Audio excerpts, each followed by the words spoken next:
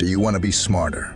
And people will beg you to do their jobs. You'll be validated and respected, and you can't even refuse because you're the best. There is a controversial and dark saying, be useless to be used by none. Now the question is, be useless or act useless? Do you want to be perceived smarter or just be smarter in discretion? This phenomena was discussed in the book of Robert Greene, The 48 Laws of Power. But this video is not about that. In this video, we will talk about the contrast effect, actually the Dunning-Kruger effect, and the downside of smartness. Everything is connected, you know. Chapter 5 will be the most important, as you can't and shouldn't use it everywhere, every time. With that said, let's start this video. Chapter 1. Fluctuate between smart and dumb. In life, intelligence is often celebrated as the pinnacle of human achievement. Yet, there exists a paradox that challenges this notion, the strategic use of foolishness.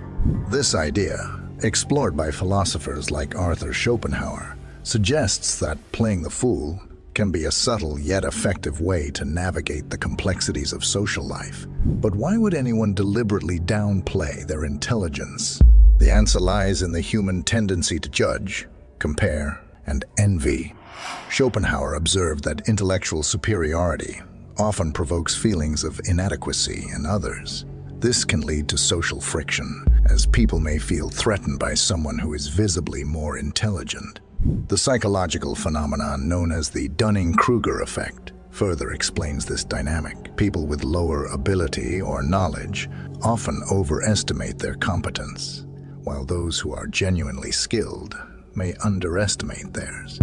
In social settings, this can create tension when an intellectually superior individual unintentionally exposes the limitations of others. The act of playing dumb, therefore, becomes a tool for maintaining social harmony. It allows the individual to avoid arousing envy or resentment, while subtly maintaining control of the situation. By appearing less knowledgeable, one can diffuse potential conflicts and foster a more relaxed, cooperative environment. Chapter 2. Let them underestimate you. Building on the paradox of intelligence, the strategic use of underestimation becomes a powerful social tool. When others perceive you as less capable or less knowledgeable than you truly are, you gain a unique advantage. This concept is closely related to the Pygmalion effect, Rosenthal and Jacobson, 1968, which suggests that people tend to perform in line with the expectations placed upon them. If you are underestimated, others may lower their expectations, allowing you to exceed them without resistance. Schopenhauer recognized that being underestimated can be a form of empowerment.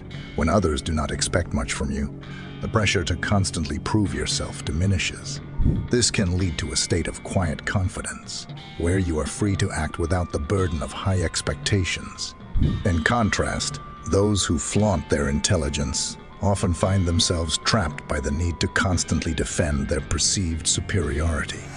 Moreover, by playing the fool, you can observe others more keenly. When people assume you are less aware, they are more likely to reveal their true thoughts and intentions.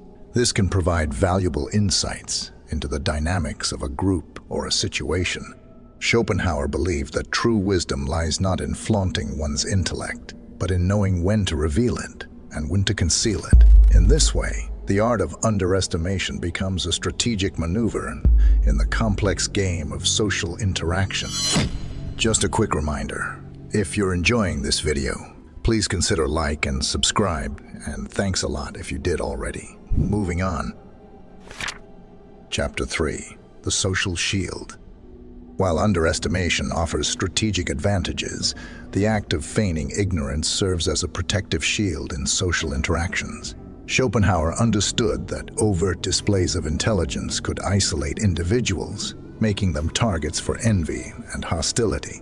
To counter this, adopting a posture of ignorance can diffuse tension and disarm potential adversaries. This approach aligns with the psychological concept of self-handicapping, Burgess and Jones, 1978, where individuals deliberately downplay their abilities to protect themselves from failure or criticism. When you play the fool, you lower others' expectations, but you also create a buffer against social scrutiny. By appearing less knowledgeable or competent, you reduce the pressure to perform and the risk of provoking others' insecurities. This can make interactions more comfortable, as people tend to gravitate toward those who make them feel confident rather than inadequate.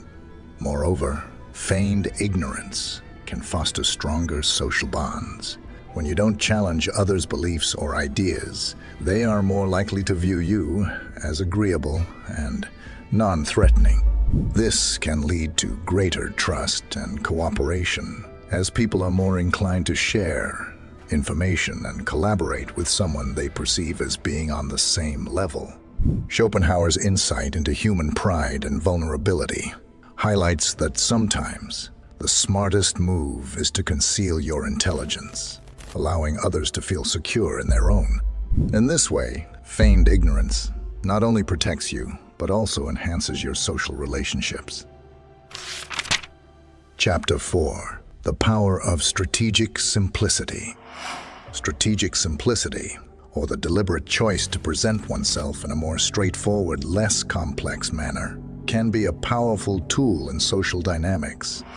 Schopenhauer believed that this approach could diffuse potential conflicts and promote smoother interactions. By simplifying your behavior or language, you make yourself more relatable and approachable, which can be particularly valuable in diverse social environments. This idea is supported by the psychological concept of social mimicry, where individuals unconsciously imitate the behaviors and speech patterns of those they interact with. Mimicry often leads to increased liking and rapport. When you simplify your communication, you make it easier for others to connect with you, enhancing their comfort and willingness to engage. Moreover, strategic simplicity can help you avoid being pigeonholed into roles or expectations that don't align with your true self. Schopenhauer recognized that when people perceive you as overly complex or intellectual, they might distance themselves or place you on a pedestal, creating barriers to genuine interaction. By adopting a simpler persona, you can navigate social situations with greater ease, blending in when necessary and avoiding unnecessary attention. This approach also ties into the concept of Occam's razor, the principle that the simplest explanation or strategy is often the best. In social interactions, less can indeed be more.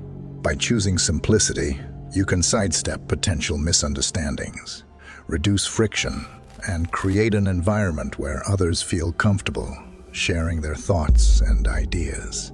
Schopenhauer's philosophy suggests that simplicity, when used wisely, is not a sign of weakness, but rather a sophisticated strategy for achieving deeper social harmony.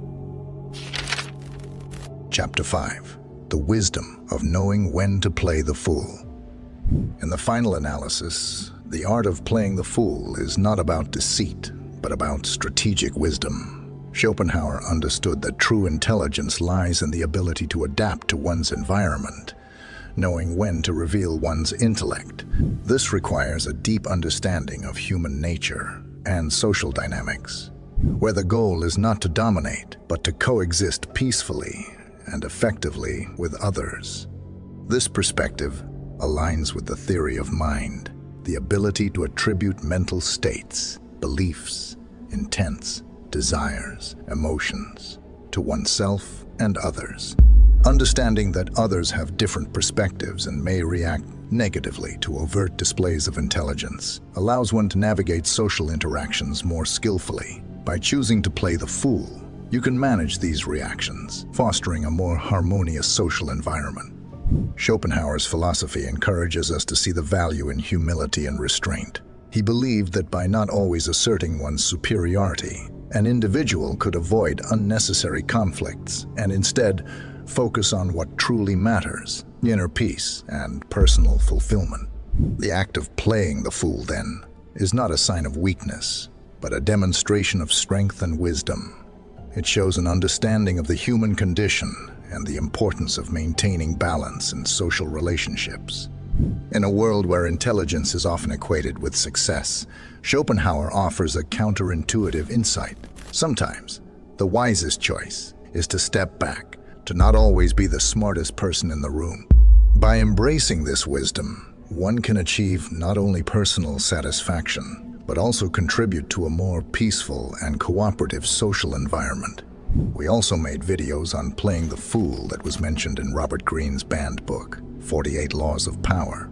You can click the playlist. Also can click the other video on the Dunning-Kruger effect, where we explained it more clearly. The choice is yours.